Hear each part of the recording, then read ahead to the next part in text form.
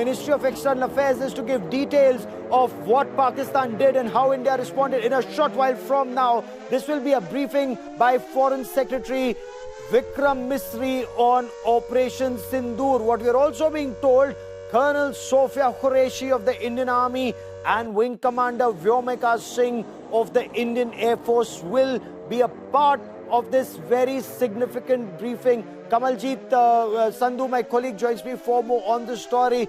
Kamal, massive escalation by Pakistan in the past 12 hours, it seems, 12 to 16 hours.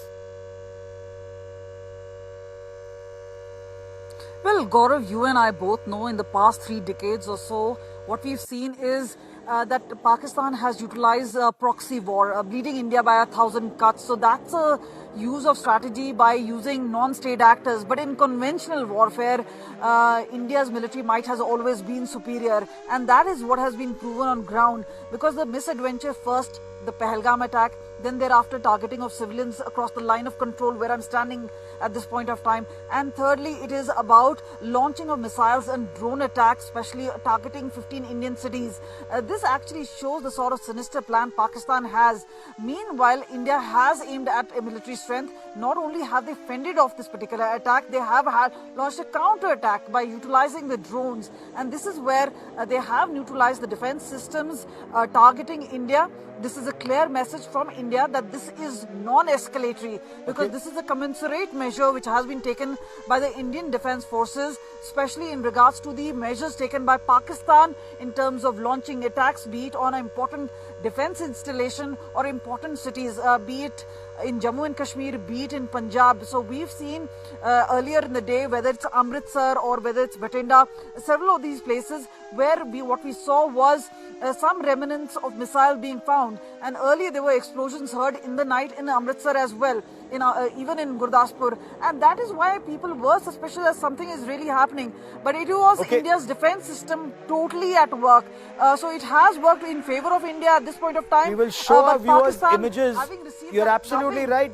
You're absolutely right. We want our viewers to see images from across the border that we're showing them right now. The destruction that's been caused by India and Shivani. The fact that Pakistan's air defense system has been taken down.